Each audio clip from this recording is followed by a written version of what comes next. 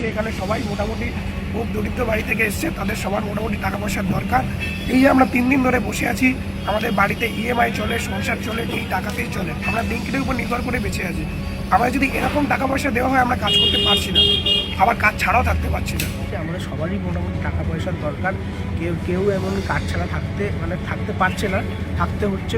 খুবই অন্তত আমরা কষ্টের মধ্যে আছি, যেখানে রাস্তাঘাটে কোনো হেনস্থা হচ্ছে বা কিছু হচ্ছে, সো সেই জিনিসটায় আমাদের কোনো ম্যানেজমেন্ট কর্তৃপক্ষ থেকে কোনো রকম সাপোর্ট আমরা পাচ্ছি না, তাদের কোনো ইনভলভমেন্ট আমরা দেখতে পাচ্ছি না।